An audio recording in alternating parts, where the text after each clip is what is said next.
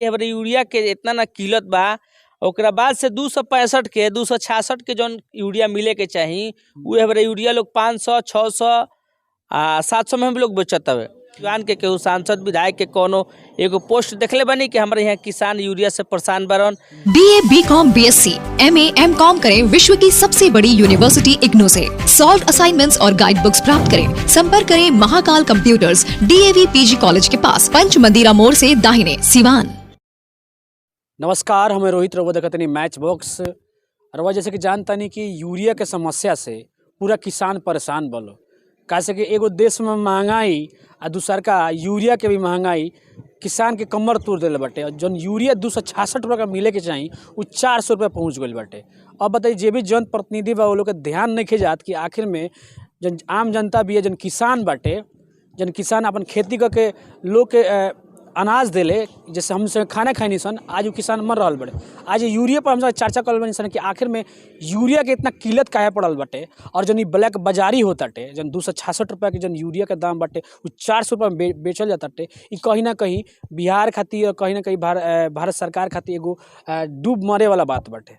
ए पर चर्चा करे खातिर हमें मौजूद बनी आनंद कुमार सिंह जी, जो दुरादा का पूरी प्रत्याशी बनी। सबसे पहले मैच बॉक्स पर स्वागत करते हैं। बहुत बहुत धन्यवाद मैच बॉक्स के। अच्छा बताइए कि यूरिया के बहुत ज़्यादा किल्लत पड़ता थे, नेताजी लोग के ध्यान नहीं खे। नेताजी लोग खाली पठान मूवी के ध्यान बाटे, खाली वही पर चर्चा करते लो, बेरोजगारी महंगाई पर चर्चा नहीं करते लो। हई रंग बाहू हई रंग बाहू। सबसे बड़का बात बाकी एबरा के डेट में जे भी जनप्रतिनिधि बनता तो पैसा खर्चा करता आ क्षेत्र में घूमत हवे आ पैसा खर्चा कर सोचता कि उनके पैसा लगेले बन सन निकाले सन। जनता के सेवा करे वाला केहू नहीं रह गई।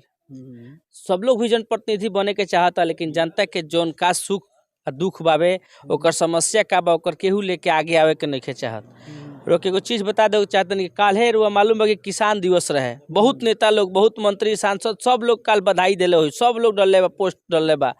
लेकिन किसान जौन बाबे मने मर रहल बारन, उनका यूरिया टाइम से नहीं मिल पावत। अगर टाइम से मिले के बाद का मने किल्लत के झेल रहल बन सब समस्या। ओकरा बाद से लोग बहुत ऐसा जौन बा सरकार मने फंडिंग करते कही बा हऊ बा, लेकिन किसान तक वो फंडिंग नहीं के पहुँच पावत। आ जनप्रतिनिधि एकरा के जौन भी सरकार के जौन नियम नीति लागू जौन बाबे ओकरा के जमीन स्तर पर जनता के बीच में लोग पहुँचावे के नहीं के चाहत लोग।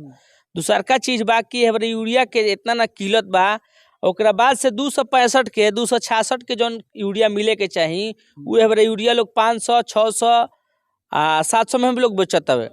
हम यह आग्रह करम मैच बॉक्स के चैनल के माध्यम से हम आग्रह करम कि जे भी जनप्रतिनिधि चुनाव जीतल बावे वो जनप्रतिनिधि के इस चीज़ पर संज्ञान लेवे के चाहिए। अपना अपना मार्केट में जे भी दुकानदार बा ओकरा से संपर्क करे के चाहिए कि भाई तू 2 नंबर काम काहे करता रह। बीओ के सब चीज़ पर ध्यान देवे के चाहिए, लेकिन यह चीज़ पर जनता के जौन भी समस्या बा, किसान के जौन भी समस्या बा पर केहू के ध्यान नहीं खे। बस अपन राजनीतिक रोटी सेके में सब लोग के ध्यान बा। अच्छा ये बताइए कि सरकार इतना का है थी, मतलब भ्रष्टाचार देखा होती है। सरकार के दोहरा नीति का है बाटे। जौन किसान बाटे, जौन हमसे किसान देश का रीढ़ कहल जाता है, वो केंद्र सरकार हो चाहे राज्य सरकार हो, हे प्रकार के कालाबाजारी करा होता। जबकि संसाधन के जुटाए के चाहिए, सरकार के अवेलेबल कराए के चाहिए, फिर ये प्रकार का होता टे। सरकार तो मान के चले कि जे भी जितना चाहता प्रयास करता वो अपन हर चीज़ भेजे के प्रयास करता, लेकिन वहाँ से जब यहाँ चलता है, यहाँ होते होते रास्ते में बंट के बिका जाता है सब चीज़। और मालूम है कि किसान के बारे में सब सरकार जौन भी बा, बिहार सरकार चाहे भारत सरकार जौन भी बा, नियम नीति हई लागू करता, लेकिन नियम लागू करता लेकिन ऊपर दृढ़ता और संकल्प के साथ काम नहीं होत। जैसे कि अभी देखा तानी कि सबसे ज़्यादा अभी हमनी के किसान परेशान बन, सबसे ज़्यादा किसान परेशान बन। लेकिन बताई हमरा के केहू अपना सिवान के हम बात करता नहीं, अपना सिवान के केहू सांसद विधायक के कोनो एगो पोस्ट देखले बनी कि हमारे यहाँ किसान यूरिया से परेशान बरन। पठान मूवी चाहे फलानवा मूवी कुछ भी सब लोग अब मल्टी जौन हमनी के बावे फेसबुक प्लेटफॉर्म पर कुछ लिखे के बा लिखा जाता है, लेकिन जमीन स्तर पर काम करे वाला केहू हमने के जनप्रतिनिधि नहीं खे। हेबरा जाता एगो बर्थडे में जाके 5 आदमी के साथ फोटो खिंचवा के डाला गई, उहे हेबरा के विकास बा। हेबरा के कजिया में मोनी जीनी में ये हेबरा के डेट में जे भी जनप्रतिनिधि बा जमीनी स्तर से विकास नहीं खे करत। हेबरा मरण में, जीवन में, जन्मदिन में, यही सब में चीज़ में जाके लोग फोटो डलवा करके एक के लोग विकास समझता। आ जनता भी वह चाहती है कि वो जनता में भी थोड़ा सी प्रॉब्लम बा कि वो चाहती है कि हम फॉर्चूनर वाला जनप्रतिनिधि चुनेम, तो जब फॉर्चूनर वाला जनप्रतिनिधि चुनेम तो नॉर्मल जनप्रतिनिधि कहाँ रुआ से भेटाई।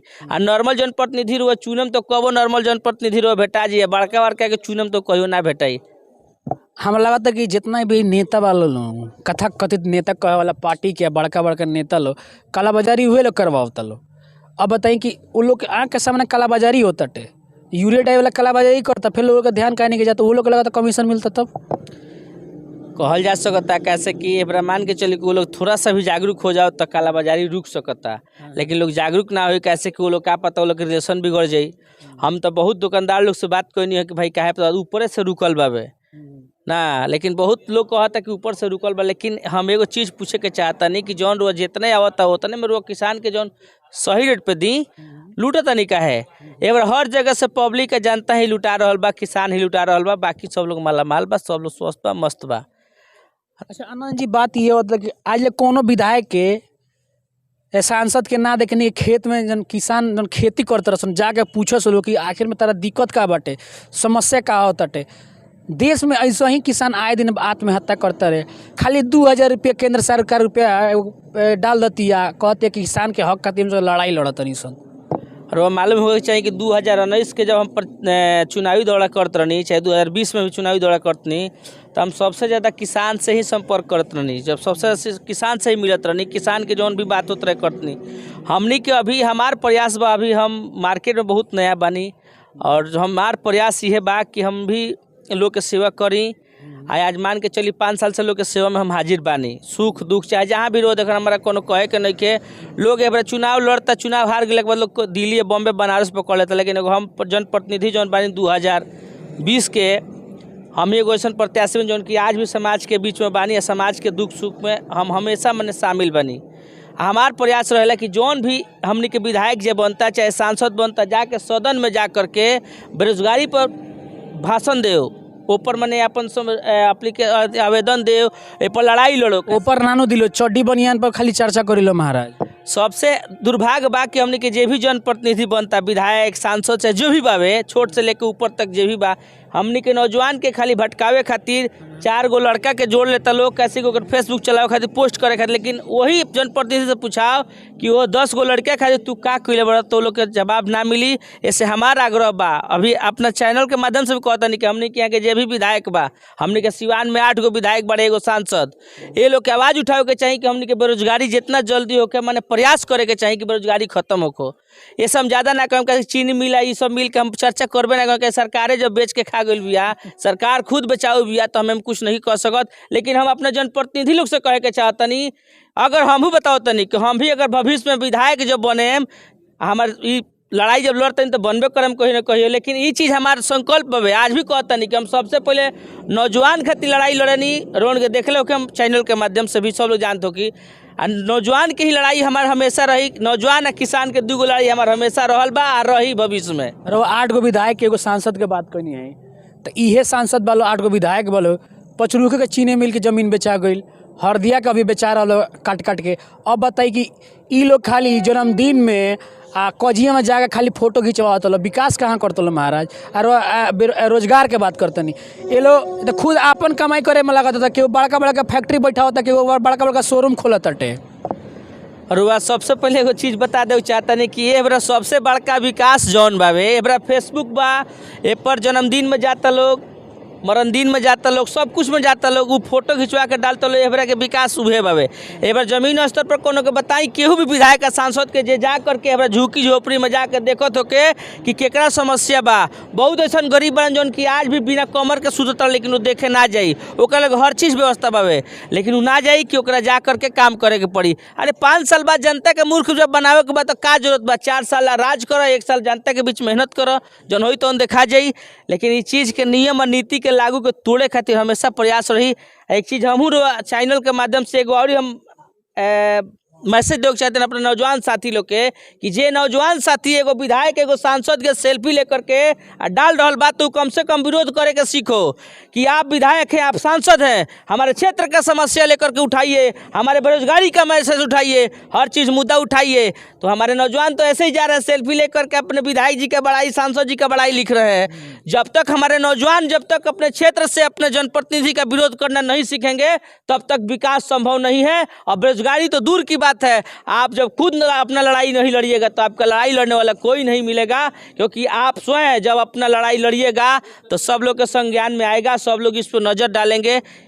अब इससे ज़्यादा क्या बताएं। अच्छा, हम एगो चीज़ देखनी सोशल मीडिया पर हम स्क्रॉल करते नहीं, फेसबुक पर देखनी कि जितना भी किसान वालों यूरिया बिहार में किल्लत पड़ता है, एगो तो महंगा मिलता है, यूपी में जाता नहीं तो एगो तो पेट्रोल सस्ता बाटे और यूरिया हो जी अवेलेबल बाटे। आखिर में केंद्र सरकार का है बिहार सरकार के प्रति दोहरा नीति अपनाती है? केंद्र सरकार दोहरा नीति अपनाती है कि नहीं अपनाती तो हमरा मालूम नहीं है, लेकिन एगो चीज़ हम बताओ के चाहता नहीं कि हमने के बिहार सरकार में ए बेरा सबसे ज़्यादा अयंग व्यंग के माने राजनीतिक चल रहा बा। दारू जो अभी घटना जौन भर रखा ये से सब मिला जुला करके उथल पुथल मचल बा। सरकार के अभी सबसे ज़्यादा दारू पे ध्यान बा, यूरिया पे ध्यान नहीं खे। आ सबसे ज़्यादा एबरा के चीज़ में लोग लागल बा खाली दारू पे, एबरा लोग यूरिया पर नहीं लागल। सरकार जौन भी चुनाइल बा केकरा के चुनल जाओ, सब लोग सरकार के अलट पलट के सब लोग देख लेल, कौनो सरकार काम के नहीं के। ऐसे सरकार जो भी बाबे सब डूबल बा, आ जौन भी सत्ता ई दोनों आदमी के इर्द गिर्द बाबे कभी रही। आ बिहार के विकास संभव नहीं के, बिहार और गर्त में जा रहल बा। अच्छा, सिवान के लॉ एंड ऑर्डर कितना इतना काहे चरमन रहल बा? आए दिन हत्या लूट डकैती हो रहल बाटे। जब प्रशासन के लगे जब पैसा, जब दलाली के पैसा जब प्रशासन के लगे जाई, जब प्रशासन खुद मालूम बा कि हर थाना प्रभारी चाहे हर लोग भी जानकारी में दारू बेचला, तो लोग डायरेक्ट क्या कहला हमने कमीशन देवे के पड़ला एसपी साहब के। हर जगह लोग कमीशन दे के काम करे के, तो कहाँ से लॉ एंड ऑर्डर सुधार जाई? तो जब तक ले है पर सुधार ना हुई तो लॉ एंड ऑर्डर कोनो सुधार ना हुई। अच्छा, ये बताएं कि युवा का सोचे चाहिए, किसान का सोचे चाहिए, हे प्रकार से दोहरा नीति चल रहा बाटे, यूरिया के समस्या उत्पन्न होता है, आखिर में जिला प्रशासनिक स्तर पर का काम होके चाहिए? ए बेरा सबसे पहले हमने के जे भी लोग बावे ए बेरा सदन में बा चाहे पावर में बा, वो लोग ए पर मने जागरूक होके के चाहिए या प्रशासनिक बात करे के चाहिए कि काहे होता है सब चीज़। हमने के सरकार से हम लड़े नहीं जा सकत सन, हमने सन के पूरा किसान का लगे लड़े जाए सरकार से तो का लाठी ओकरा देह पर गिरे लगी तो बहुत लोग ना जा पाई। ऐसे जे भी बड़ा पावर में बा ये चीज़ के जानकारी ले के चाहिए कि मैंने आखिर यूरिया अवेलेबल बा आ लोग के नइखे मिलत, काहे कालाबाजारी हो रही है, इस चीज़ पर सब लोग के संज्ञान ले के पड़ी, नीचे स्तर से लेकर ऊपर स्तर तक ले। बहरहाल आज आनंद सिंह मौजूद रहनी है, चर्चा करल ऐसे जरूरी रहा कि जौन प्रकार से यूरिया के जन कालाबाजारी हो रहा बाटे, ना बीडीओ साहब का ध्यान बा, ना बीओ साहब का ध्यान बा, ना डीएम साहब का ध्यान बा। आए दिन किसान के तो यूरिया के समस्या होते बाटे, जहाँ 266 रुपये जन बोरा का दाम बाटे और वो 400 रुपये मिलता। अब बताइए कि जन आम गरीब किसान बाटे वो कहाँ से अवेलेबल कराई? बहरहाल ये बदकुचन कितना सार्थक लगल, कैसे कि अब सबके ऊपर चाहिए कुछ ना कुछ सरकार से मांग करे या सरकार भी ध्यान दे। बहरहाल रवा देखते नहीं मैच बॉक्स। नमस्कार।